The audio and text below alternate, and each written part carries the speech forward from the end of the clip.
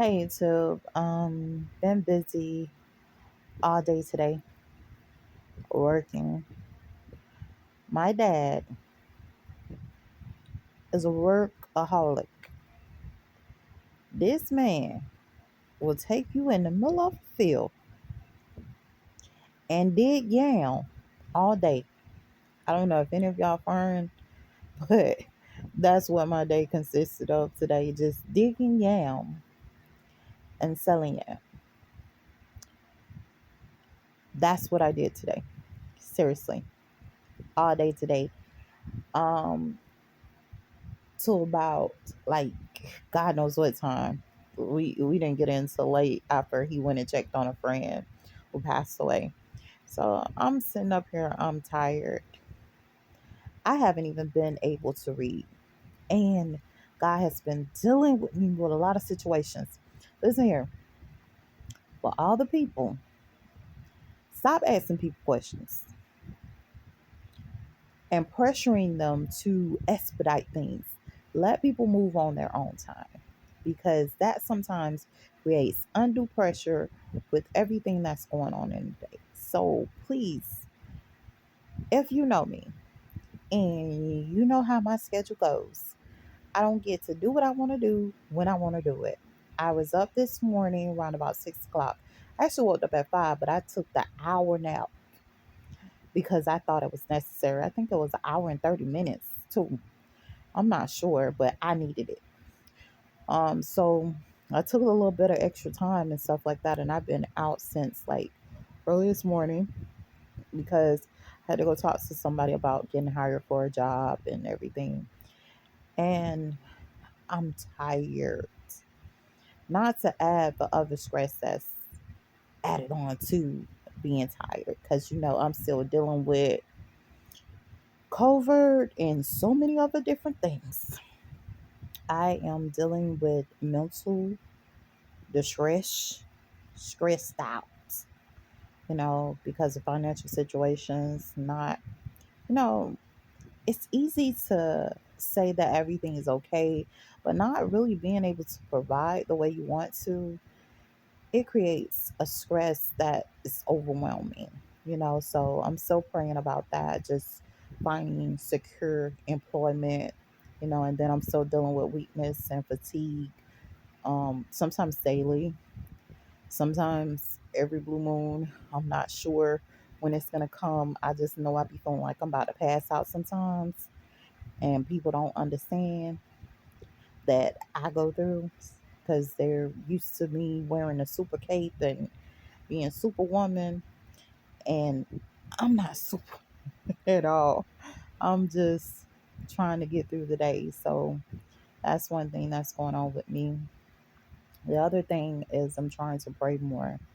I'm dealing with so many different attacks and things happening to me daily, from rape and so many other different situations that I have to deal with daily and try to cope with because it appears not to have a resolution to it, that it becomes a overwhelming situation to deal with mentally, physically, and emotionally and spiritually, because sometimes this stuff attacks us in more than one direction. Because spiritually, I'm seeking after God, I'm trying to serve God, and I'm trying to do the will of God biblically in the Bible, but at the same time I'm trying to cover myself as well. um I am still taking my double shots even though I got the obligation, because I really don't want to see a period. So I'm setting up an appointment to go take my double shot, hopefully sometime next week, which is the earliest appointment that they can give me, since my last double shot. So I'm planning to take my double shot. I got my tubes tied. Um, I'm trying to stay emotionally encouraged, through the battle, and knowing that a lot of times we know that the battle is intentional. It's different when you're dealing with unintentional harm with people, like, okay, well, I'm not really trying to harm you, but sometimes you get hit by the crossfire, compared to you knowing that a person is intentionally harming you. They're intentionally plotting your downfall. They're intentionally coming after you, intentionally keeping up madness. I cannot tell you. The other day, I went to court about a situation and I did a countersue. How about the person wasn't even there in court, but at the same time, they refused to actually do anything about the countersuit? And that bothered me because I'm like, okay, well, I filed a counter motion and this is civil court and you have every right to actually listen to my motion in which I had filed, which is a counterclaim. But they refused to listen to the motion, which is unjudicial and bad conduct as far as the judicial system. And that's something we've been dealing with constantly here in the area with our judicial system. Although we want the best for our judicial system, sometimes I don't know what else to say. I don't know how else to label this except cool and unusual behavior of a judicial system. But we've been dealing with a whole bunch of other stuff, cruel and unusual punishments and other things that people are using as far as tactics to get a manipulation going as far as persuading a person to do what they want them to do. You know, that forceful silence that we don't want you talking, so we're going to do this, we're going to do that, and we're going to make sure that you know it's us type thing, to ensure that you know that we could care less what we do and the intentional harm. So it does play and wear and tear a lot. My biggest thing when dealing with these situations, I can tell you right now, I wouldn't say meditate. I would say find your space because the silence isn't silent and you have to find your own space. You have to find your own safety within everything that's going on. Even though you're not safe, you have to create a safe zone for yourself. What do I have control over? What can I make happen? And try to stick to that. It's a lot of things that aren't going to happen if you're dependent on another person to make it happen. And I can honestly tell you that.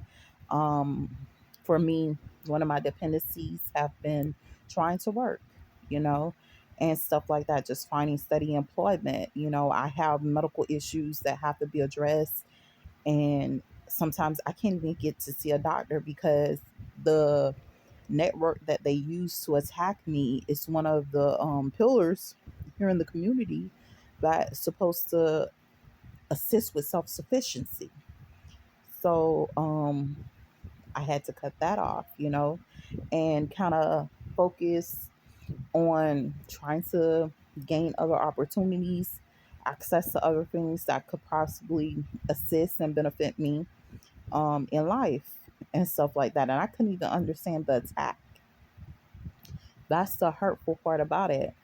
I can understand why. Some people have answers. I didn't have any as to why they were doing this, or what was the motive, and stuff like that for such behavior towards me and my family. So I had to say, okay, well, this, we know it was unwarranted, regardless of what a person say, it was unwanted behavior and stuff like that. I never told people that there was times when I felt like I was being prostituted out of my home and not really having the feeling of actually being home, but having the vision impairment, which says that I am, and stuff like that. Dealing with the ill nation and illumination is a hard thing for one to bear. And we call it the veil, but at the same time, dealing with this type of situation is very hard to cope with sometimes, just to encourage yourself through a lot of different things that are going on and stay motivated.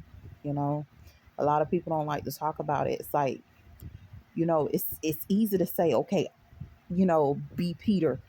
Oh, I'm ready to go to prison and to death with you. And then when the time comes and you see the affliction of one person, is kind of frightening, and you kind of like, okay, well, you kind of taken back by it. Was I really ready? you know. And sometimes we're in the middle of a battle in that same Peter state, saying, am I really ready?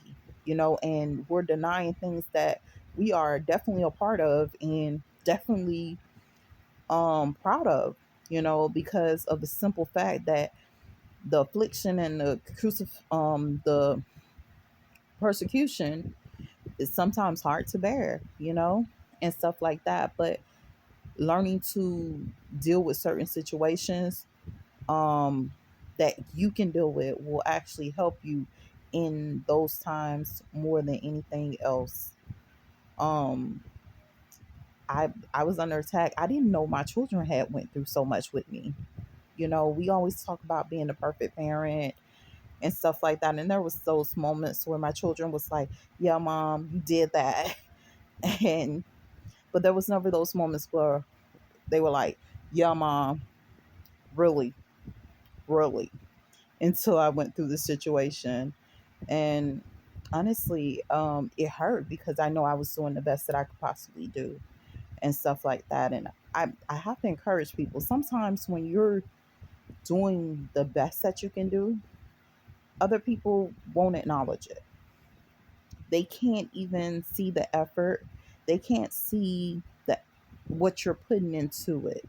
You know what I'm saying? Sometimes you're in this place by yourself and you're under all out attack because they tend to like to use isolation as a way of targeting. So they separate you from your family, your children, and everything else. And even though family's there, it's like they're not there. You're still going through it by yourself. You're still trying to cope with certain situations, and you don't really have that person that's there in that corner saying you can do it.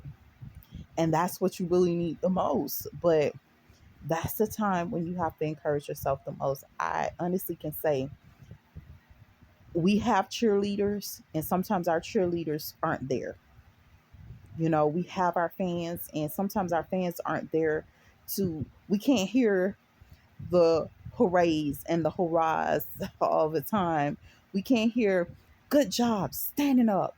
You're the only one that did that, that type of stuff. You don't always get to hear that. You don't always get to be a part of that.